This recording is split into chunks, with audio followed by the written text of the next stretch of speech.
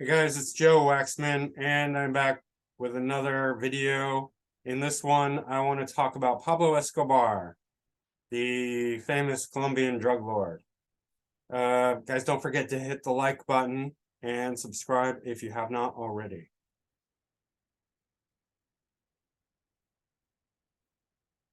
Okay.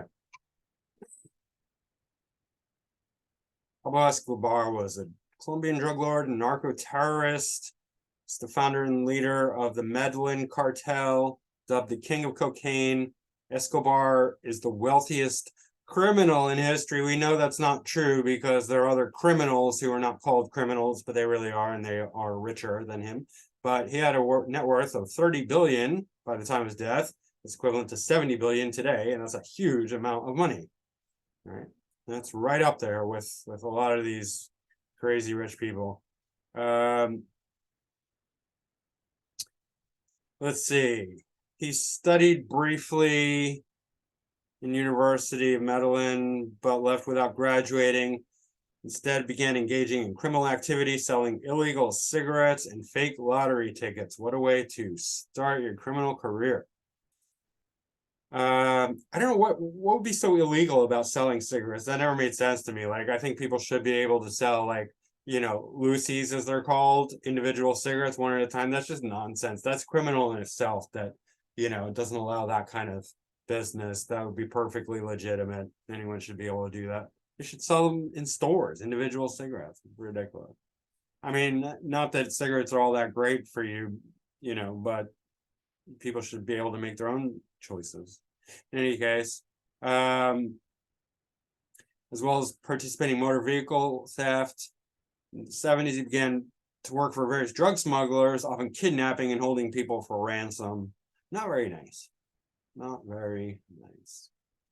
In 1976, a good year, that's the year I was born. That's right after Uranus went into Scorpio, for whatever that's worth.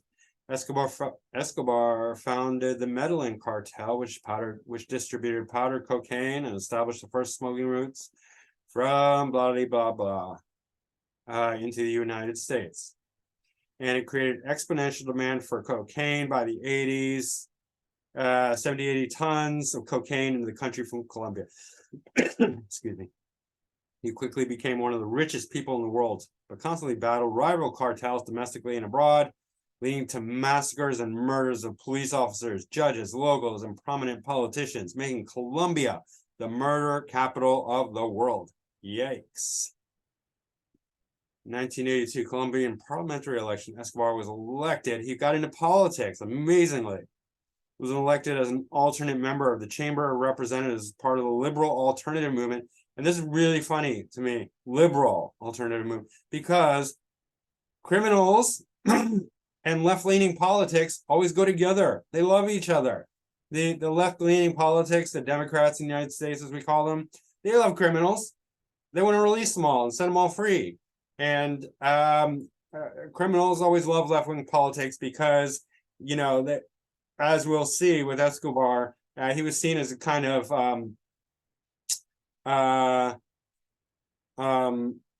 what's the word? I can't even. Giving money to the poor, a Robin Hood like figure. Because they want to be seen as heroes. You steal a bunch of money, you give a little bit of it back.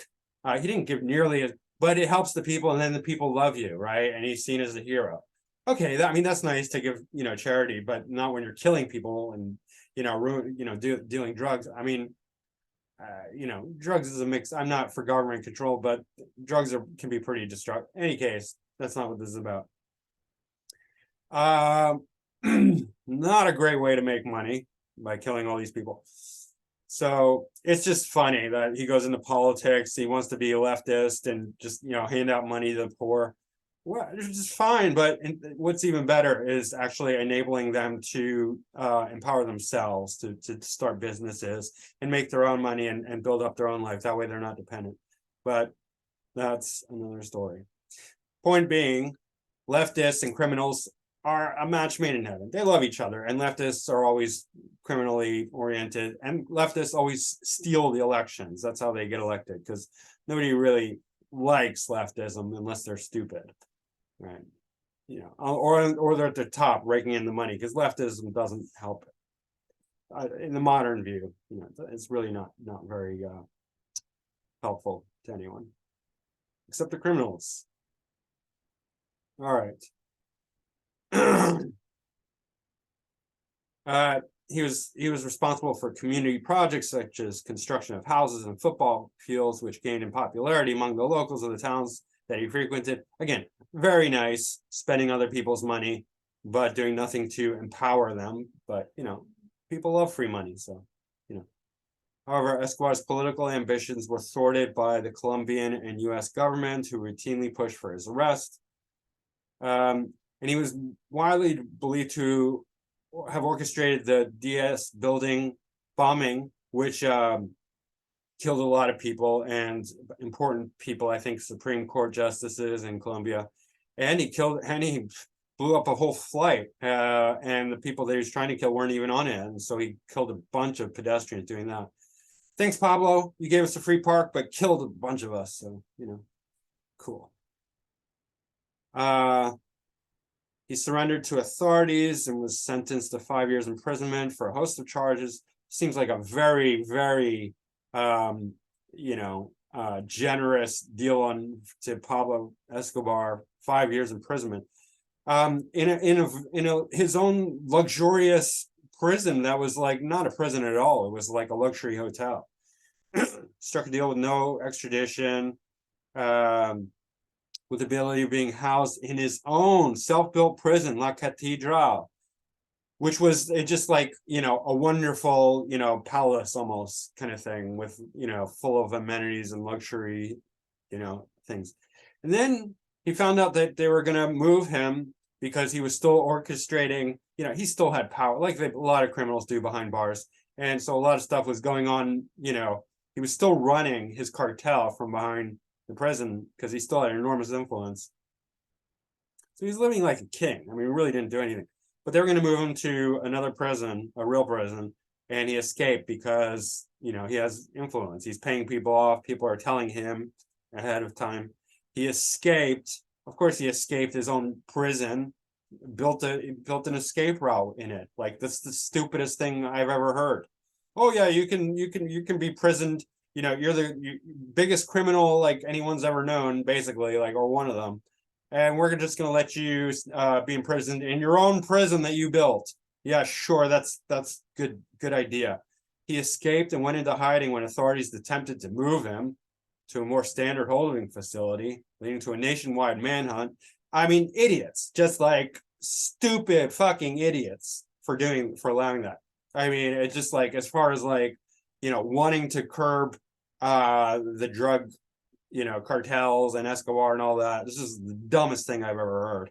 As a result, the Medellin cartel crumbled in 1993, and Escobar was killed in his hometown by Colombian National Police day after his 44th birthday. But the manhunt cost them like, I don't know, hundreds of millions of dollars, because it was like they couldn't find him, blah, blah, blah. So, you know, shame on them for being such idiots, but I guess they deserve it for being stupid. His legacy remains controversial. While many denounced his heinous crimes, he was seen as a Robin Hood-like figure for many in Colombia, as he provided many amenities to the poor. His killings was mourned, and funerals were attended by over 25,000 people. I mean, that's nice, and that's not the first time. I think Al Capone also did something similar, and I'll probably want to do his chart next because it's pretty interesting.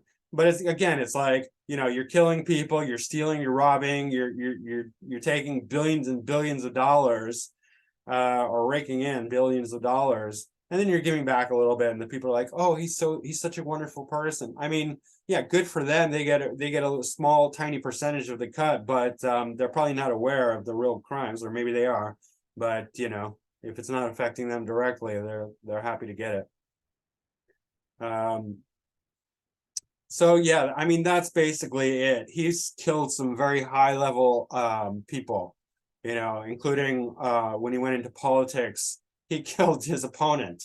His opponent was, I mean, that's something, you know, his opponent convicted him of being a criminal and he had him murdered, right?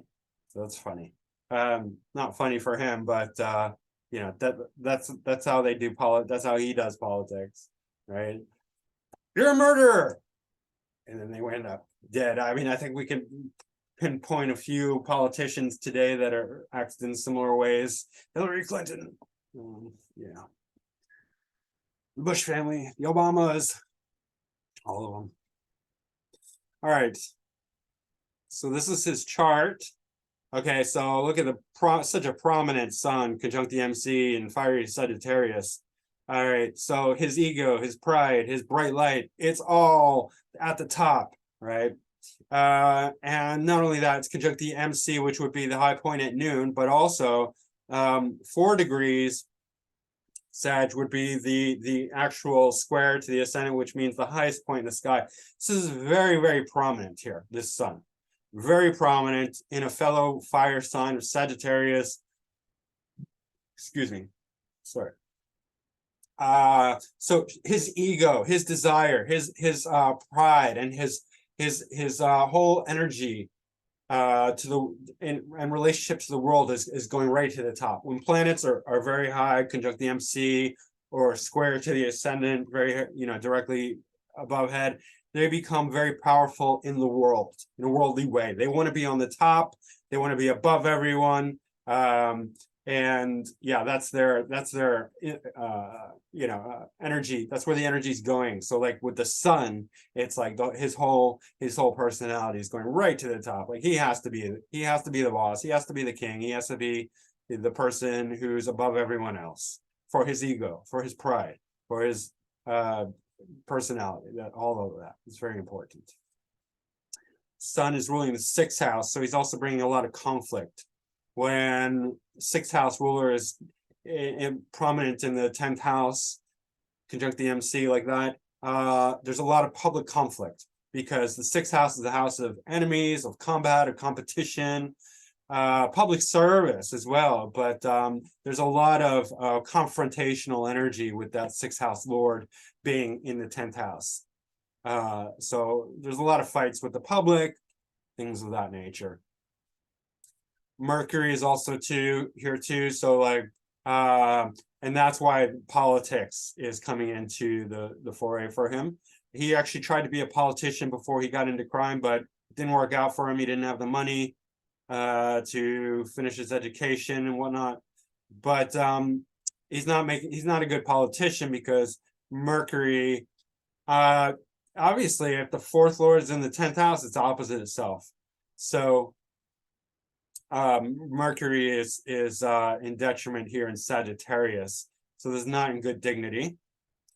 But it does show that in the poor Mercury in poor dignity is as well very prominent in the 10th house in Sagittarius. So managerial, organizational, communication is also at the top. You know, this is somebody who's, you know, if Mercury's in the 10th house without the sun, it's somebody who can easily be a high-level manager, a public speaker, communicator, somebody at the top doing mercurial things. Yeah, but with Sun and Mercury there, then he's the boss, he's the organizer, he's the speaker, he's calling the shots, he's the intellect, he's all of these things. And then Chiron here, I was wondering if this helps or hurts. Probably helps, you know, he's going to be more of an outcast, more of a moving into unusual, you know, things. He can be like a leader and manager and speaker and organizer and intellectual type, you know, because of Mercury, his intellect, of chironic things, which in this case, I'm guessing is just being, you know, known as a drug lord, a drug kingpin, because Chiron represents that very abnormal things, weird things, unusual things, outcast, being different. So publicly, he's viewed as someone who's very, very different, you know, along with, you know, Sun and Mercury. So I think that's okay. I think it helps his generally this as far as being a drug lord, you know, the most successful one in history, basically. You know, I think that's helping him. There's not really many bad aspects. I think this semi square is actually more towards Mercury than Chiron. So Mercury to Jupiter here. Jupiter is the ascendant lord, but just in general, Mercury in difficult aspect to Jupiter is going to create a sense like an over exaggeration of Mercury, an over expansiveness, potential to possibly deceive, lie, because Jupiter, the negative side of Jupiter is just excess and overly expansion. Jupiter, however, is the ruler of Sagittarius, so that is somewhat good. You know, so I think it probably can go both ways. It's bringing in the ability to lie, to deceive, whatnot, but at the same time, it's helping. Jupiter's bonifying this Mercury, helping him to succeed more in this 10th house. So becoming more famous, more successful, more rich, wealthy, all of that. Right, but this is very prominent. So, yeah. Let's see here. Moon is in Aries, aggressive Aries in the 2nd house, right? So not surprising to see 2nd house activation because of the wealth, the resources, you know, the 30 billion, you know, all that. So some good planets, some strong 2nd house planets. That's definitely something. 2nd and 11th as well as we'd want to see that. There's Venus here. I'll get to that. But Moon's ruling the 5th in the 2nd. So that actually shows 5th and the 2nd shows speculative investments. I mean, you could say like his investment into cocaine was a speculative investment, right? He's not sure how well cocaine's going to go on the public scene. Where I would, obviously it's a good investment, but this shows that speculative investments go well for this. When 5th lord's in the 2nd house, of course, it also depends on the quality of the sun, and Moon in Aries is okay. It's not bad. The square to Venus is not so good though. It shows perpetual dissatisfaction because Moon is our emotional and mental satisfaction, our deepest desire, our deepest needs, emotional needs, fulfillment. And Venus is our joy, our leisure, what we, our relationships and the women in our life, especially for men. So this shows some conflict here that shows that he's generally not a happy camper. He's not satisfied. He feels perpetually unfulfilled. So he's always going to try and chase that dream of satisfaction, more money, more power, more control, right? It's going to come out here a lot, and the being on the top, trying to be the best, the biggest, crushing all competition, things of that nature. And Venus is also, Moon is also ruling the 5th house of fun and games, so that's doubly even more so that this is, when the 5th house is not good, it shows the person can't have any fun. It's more like all work, no play. So that's difficult. Shows, he's pretty dissatisfied person here. What else? Yeah, sun to moon as well. I mean, these are the same signs, so it's not that bad, but there seems to be a little, no, it's actually sun to Chiron more. I mean, sorry, moon to Chiron, and that's not good because Chiron, the negative aspect of Chiron is especially the moon is going to show some mental imbalance, wounds, even further, just dissatisfaction, whatnot. But it's not so bad again because of the signs involved. They're both fire signs, so not great for the moon, but not terrible, and they're both fire. So Pisces ascendant. Pisces does relate to drugs and alcohol, obviously. And also like Pisces will love the whole charity element, just giving away, like being seen as a very generous person, willing all that. Jupiter is the ascendant lord, but 0 degrees Aquarius. So Aquarius also dealing with politics, because Aquarius likes to think about all of society. So it's looking at the bigger picture here. Jupiter's okay in Aquarius, not great. It does all right. But the 0 degrees at Aquarius, Jupiter is making it kind of limitless when he's thinking about society. So it's making his whole mindset, especially approaching the 12th house cusp, 12th whole sign house. So he's thinking about foreign things, and he's thinking about expanding himself into, the whole world, because Jupiter's expansion, Aquarius is society, 12th house is foreign. So he's thinking about all these things, very big, broad, and he's going into, the whole world, moving out, from Colombia into the United States and everywhere, right? As far as he can, as much as he can. He wants his influence to be far and wide. He owned many different properties in different places. One in Miami. He owned islands and houses, and I mean, huge amount of wealth, right? We're talking massive amounts of wealth.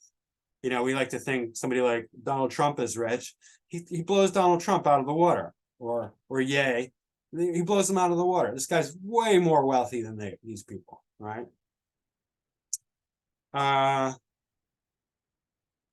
Let's see what else. All right.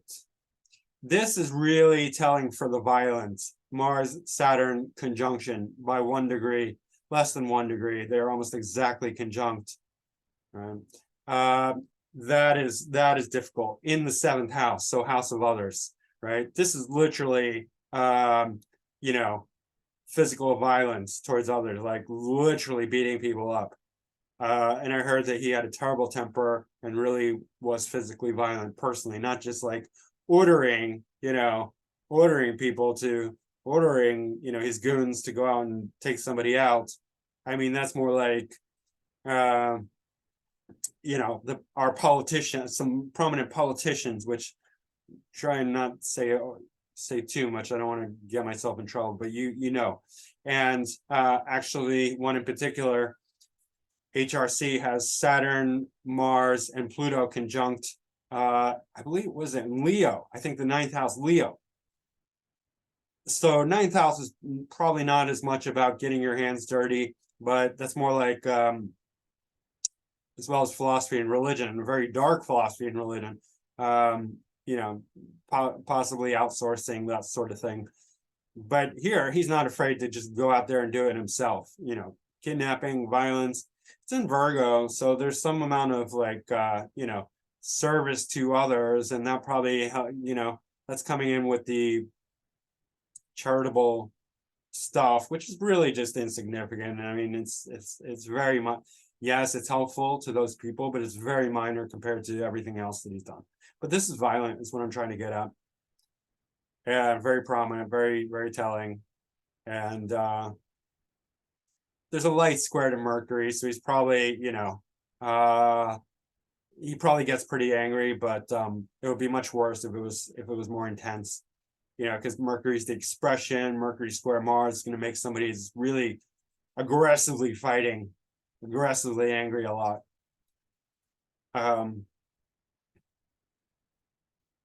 Yeah. And then let's not forget, added to that, Pluto's in the 6th house. Pluto's in Leo in the 6th house. So fighting, I mean, deep, real, like Pluto's power and control in the 6th house. He wants to not only win over his enemies, he wants to demolish his enemies, because Pluto, Scorpio 8th house, is about, it's about overpowering. It's about dominating the opponents, right? Because look, you see the order here. 6th house is about serving others as well as competition.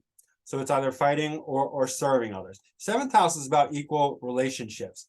Eighth house is about power and control over others. These three houses and relative signs are about others. These are other houses. And so the eighth house is power and control over others, or dominating, just complete control over others. So you can see that with Pluto in the sixth, it's fighting and it's dominating. All right, so those two things. And it is there's a loose grand trine here, but it's still prominent. It's a grand fire trine. Pluto is widely trine Mercury. Mercury is very trine the north node, and it's not really trine the moon, but the moon's getting pulled into it just because it's part of close enough within 10 degrees of the north node. Anyway, it's not really tight, but we're getting a lot of fire here, a fire trine. And grand fire trines are very passionate, fiery, great for leadership, great for inspiring others, especially when it's, second, sixth, and 10th. That's very prominent because this shows career, work, public image. With sun so high, especially in a fire sign, people are naturally going to see him as a leader. Right? That's just the natural, you just get the air. It's an energetic thing. He comes on the scene with such a prominent sun. Other people are just like, yep, he's the boss. Right? Especially with this and this combination as well. And like, he's the boss, or he'll murder you. Like, he'll just murder you. Right? Or have his goons murder you. Yeah. This is very strong. Mars is ruling the ninth house and the second house. So his philosophy, his belief, and his resources are going into this sort of violent control over others, as well as 11th and 12th. So his groups and networks are going into, this sort of violent control and domination of others. And then foreign relationships also, foreign affairs also going into this violent relationship with others. These are his relationships. His relationships are based in violence, right? And we saw that similarly with, who was it? Jeffrey Dahmer. Mars in Aries in the 7th house, conjunct Moon. And that was, Mars to Moon already represents violence, but here's violence towards the weaker people. But it's still similar. Mars is still in the 7th, conjunct Saturn, tightly conjunct Saturn. Saturn actually makes Mars more aggressive. It focuses and it restricts it, but then Mars wants to burst. It's either controlled or violent, right? That's because Saturn wants to control, but then Mars wants to break out. Mars is exalted in Saturn's sign of Capricorn, so Mars becomes very strong.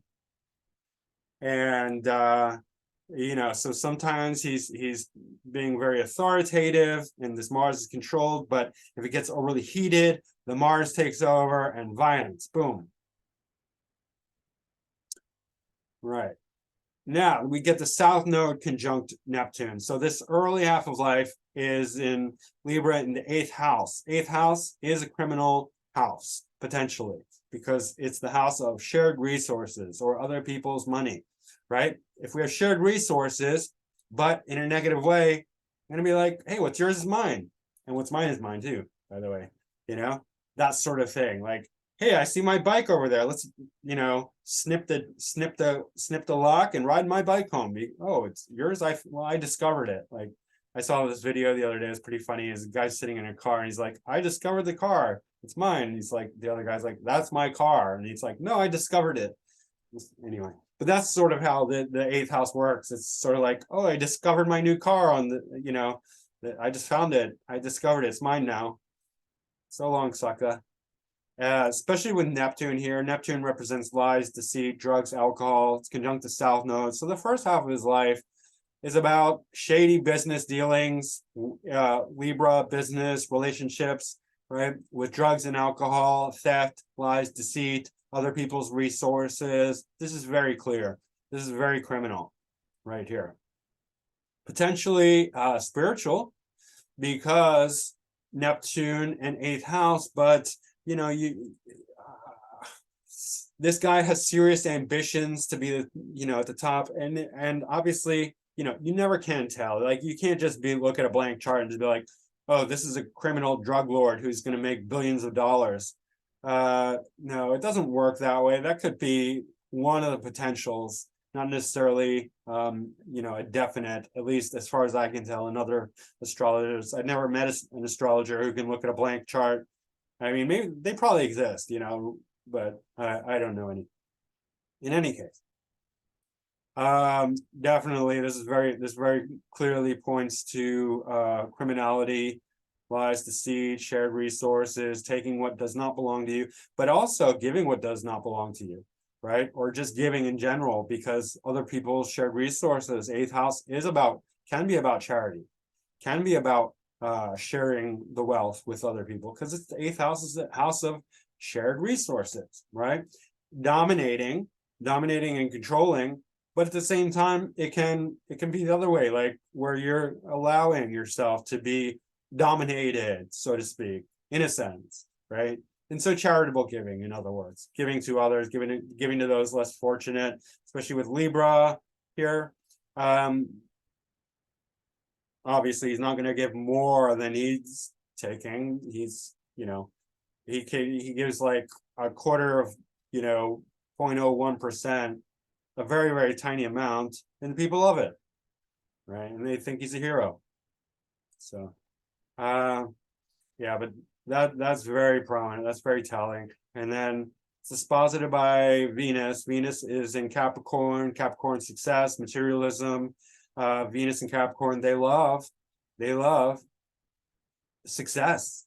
Venus and Capricorn loves to dress well. Venus and Capricorn loves, you know, they want their partner to be successful. They want their partner to be, you know, have material and worldly achievements, things of that nature. In the 11th house, Venus does indicate career success and money, income, and groups and networks that are favorable. So this, you know, that's quite strong, especially first half of life. He's going into groups and networks and money, making money through criminal activity. Venus and Jupiter are conjunct, even though out of sign. That's still, they're playing into each other there, enhancing that career success, that wealth as well, right? So that's very prominent. What else? The North Node. Oh, sorry. Uranus is very, very trine the ascendant, and that's quite good. That's quite good for being brilliant, for being independent-minded, for being sort of ahead of the authorities, because Uranus is Saturn. I mean, one of the things about Uranus is that, and that's unique about Uranus, is that it's the grandfather. Uranus is the father of Saturn, which is the father of all the other planets. So, and Saturn's the law. Saturn's the authority. So Uranus is outside of the law. It's above everyone and everything. And that's one of its unique powers, its unique way of being. So with Uranus here, he really doesn't, with his trine the ascendant, he really doesn't consider himself to be subject to the law, subject to other people's authority. In fact, he feels like an authority because, well, I mean, you know, I guess Saturn's dispositing to his prominent planets as ascendant lord, but it's a conjunct Mars in the 7th, so he's putting his authority over others, right? But he doesn't feel like he needs to listen or obey the law. That's Uranus. Uranus is a rebel, right? Uranus is outside the law. That's how it considers itself. And this is, I mean, with this is a generational aspect, but it is getting carried into the ascendant, this semi-square to Pluto, which can be quite aggressive, powerful, but in a negative way, right? Because these are two first class, powerful planets. Uranus the grandfather, and Pluto the mastermind, right? In difficult aspect, but connecting with the ascendant. So he definitely feels above the law in a very destructive way. Independent, and he doesn't take them seriously. He's just like, I can do whatever I want, and I'm going to watch me. Yeah.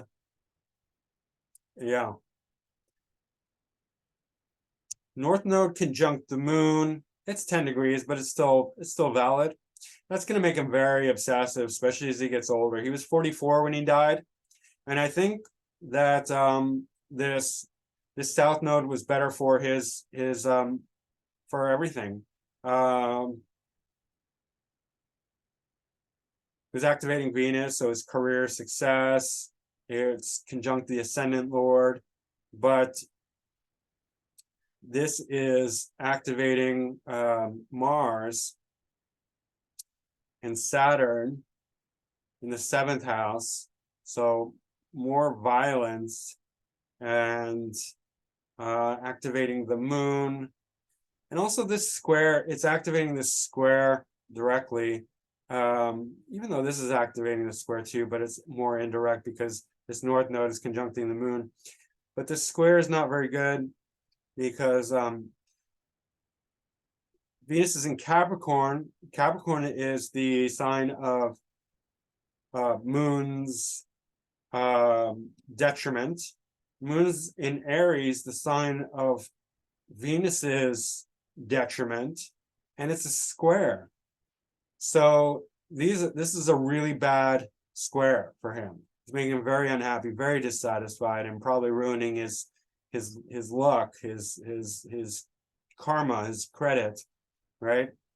Because North Node is activating it, and yeah, and I think that is one of the reasons why he's, he reaches 44 and then he meets his demise, whereas before then he had a tremendous success. Right. So let's see here. He had 2 kids. He married. I'm not sure what else is important to talk about. Let's check his draconic chart. Never really looked at this. Moon is still in Aries. Not that much different. I'm just mainly going to look for, really prominent ones. Mars and Saturn are directly conjunct the descendant, so that's, emphasizing that even more. South Node and Neptune are still in Libra, conjuncting the 8th house cusp. Not really that much different. The Sun, Chiron, and Mercury are in Scorpio, so more heavy, and a little more in the 9th house. So his philosophical, religious beliefs were getting quite dark in Scorpio. Dark, heavy, potentially occultish, but definitely close to themes of death and destruction with Scorpio, and domination, power, control, things of that nature. Sagittarius is much more adventurous and philosophical. So not very dark Sagittarius, but very fiery and passionate. And strengthening the ego, right? Scorpio strengthens the ego in the sense of power and control. Scorpio really loves power and control. And here Venus and Jupiter are in Capricorn, so very materialistic in the 11th house. Career success, career income, groups, networks, the Medellin cartel. Capricorn's all about money, materialism, especially when Jupiter's in there, because it ruins the connection to God, the higher mind, the philosophy, that nature. Makes it very materialistic. So That's all pretty telling, I think. What else? I think that's pretty much it. Not seeing anything unusual. Uranus is retro, Pluto's retro. Everything else seems pretty good. His moon is slow. It's quite slow, 11 degrees. It just means he's a little more deliberate in his mind, in his thinking. His mind's moving a little bit more slowly, so he's not making rash decisions. That's quite good. He's probably helped him out, helped him hide. And of course, Jupiter in the 12th is going to be great for hiding, especially because that's the ascendant lord. And then the other, Neptune, we could also look to, and that's in the 8th. So his ability to hide out is tremendous. And that's really, and deal in secrecy, right? 8th house, 12th house. So, yippers. That's that. All right. So that's Pablo Escobar, and that's it for today. My shirt's all ripped, but I like it anyway. It's an old shirt I got in Mexico. Zicatela, it's a beach in Oaxaca.